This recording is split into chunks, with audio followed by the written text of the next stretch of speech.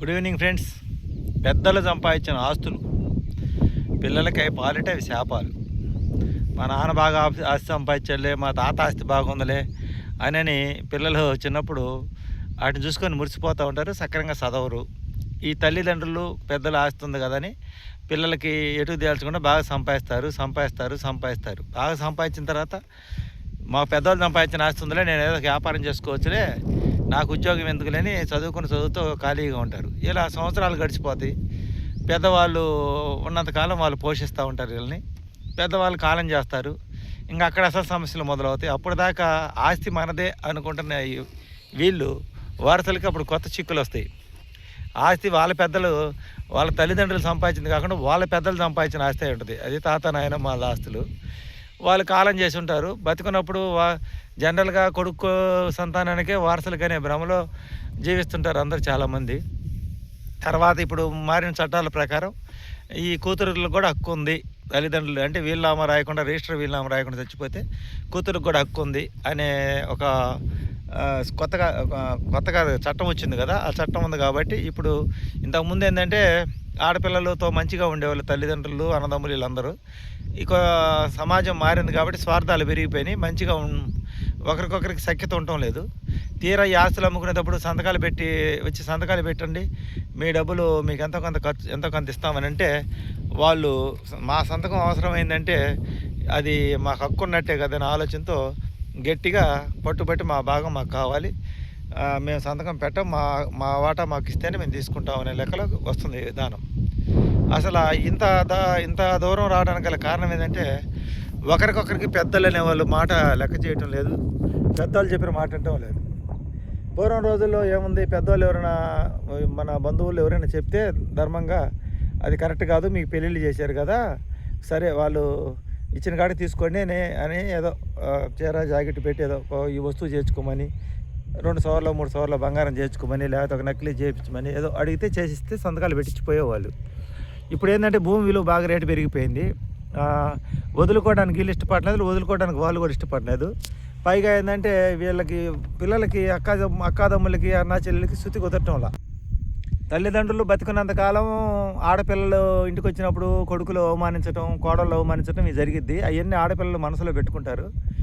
సరే, తల్లిదండ్రులు ఉన్నప్పుడు ఏం మాట్లాడరు, సైలెంట్గా ఉంటారు. వాళ్ళు చనిపోయిన తర్వాత అప్పుడు వాళ్ళ సంతకాలు అవసరం అవుతాయి. అప్పుడు వీళ్ళు అన్ని మాటలన్నీ గుర్తుపెట్టుకుంటారు అనమాట. అప్పుడు వాళ్ళకి సంతకాలు పెట్టమంటే మేము ఎందుకు పెడతాం, మా ఆస్తిలో మాకు వాటా ఇవ్వమంటారు. ఎందుకంటే ఈ తమ్ముళ్ళు అనేవాళ్ళు, అన్నలు అనేవాళ్ళు ఆడపిల్లల పట్ల ప్రేమగా ఉండరు.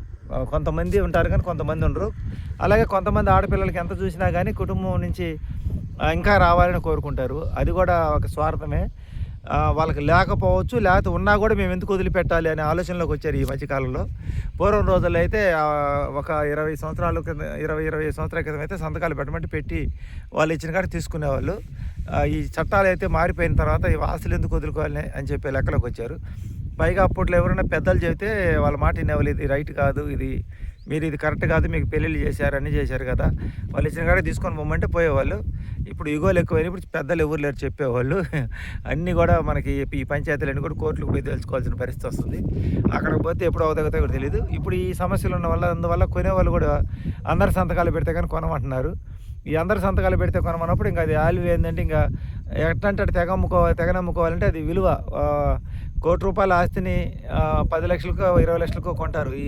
ఈ పైరువేలు చేసేవాళ్ళు కొంతమంది ఉంటారు కదా, ఈ దౌర్జన్యాలు చేసేవాళ్ళు, పలుకుబడి కలిగిన వ్యక్తులు కొంతమంది ఉంటారు. లిటిగేషన్స్ ఆస్తులు కొనుక్కొని వాటిని దౌర్జన్యం మీద స్వాధీనపరచుకుంటే ఇంకా ఆ తర్వాత వాళ్ళు ఏదైనా మాట్లాడితే మీకు ఇంత కావాలంటే ఇంత ఇస్తాను తీసుకోండి, లేకపోతే మీ కోర్టుల చుట్టూ తిరగండి అంటారు. ఈ తిరిగే ఓపిక ఎవరుకుంది ఈ రోజుల్లో?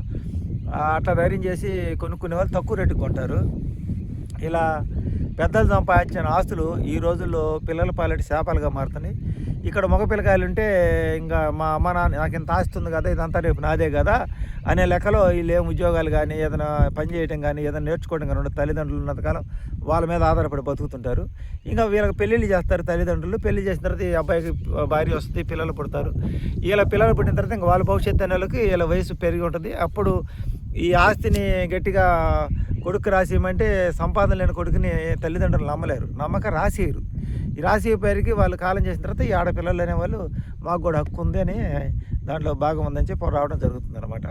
ఇలా జరుగుతుంటాయి. ఈ ఆస్తుల గొడవలు దీనివల్ల ఒకరికొకరు మానవ సంబంధాలు పూర్తిగా దూరం అయిపోయి ఎలాంటి పరిస్థితి వచ్చిందంటే ఎవరు వినలేక, ఎవరు చెప్పి వినేవాళ్ళు లేక, ఎవరు సరిచేసేవాళ్ళు లేక మానసిక ఆందోళనతో ఎక్కువ మంది జీవిస్తున్నారు. ఈ గొడవలతో అటుపక్క వాళ్ళు ప్రశాంతంగా ఉంటారు, ఇటుపక్క ప్రశాంతంగా ఉండడం లేదు. వీటిని అటనే వదులుకోవడానికే ఇష్టపడరు. ఎవరికి ఎందుకు వదులుకోవాలి, లక్షల రూపాయలు విలువ చేసే ఆస్తి అనే లెక్కలో ఉంటారన్నమాట. ఇలాంటి పరిస్థితుల్లో ఈ రోజుల్లో కాలం నడుస్తుంది. అంతా కాలం చేసే మాయ, కాలం ఆడే ఆట కావచ్చు. ఇలా ఎప్పుడైతే తల్లిదండ్రులు ఆస్తులు ఇస్తారని చెప్పి పిల్లలు చదువుకోకుండా ఏదైనా పని నేర్చుకోకుండా ఉంటే ఇలాంటి పరిస్థితులు వస్తాయన్నమాట. వాడు ప్రయోజకుడుగానే అందరితో పాటు బాగానే వాడు కూడా వాళ్ళ స్థాయిలో కానీ ఉండగలిగినట్టయితే ఇలాంటి సమస్యలు చాలా తగ్గుతాయి. ఇంక సరే అందరంగా అమ్ముకొని తలా కష్టం తీసుకుందాం అనే లెక్కలోకి వస్తారు. అప్పుడు ఇది ఇప్పుడు కాలంలో ఒకళ్ళ మధ్యలో ఒకళ్ళ గొడవలు రావడానికి కారణం ఈ ఆస్తులే ప్రధానం.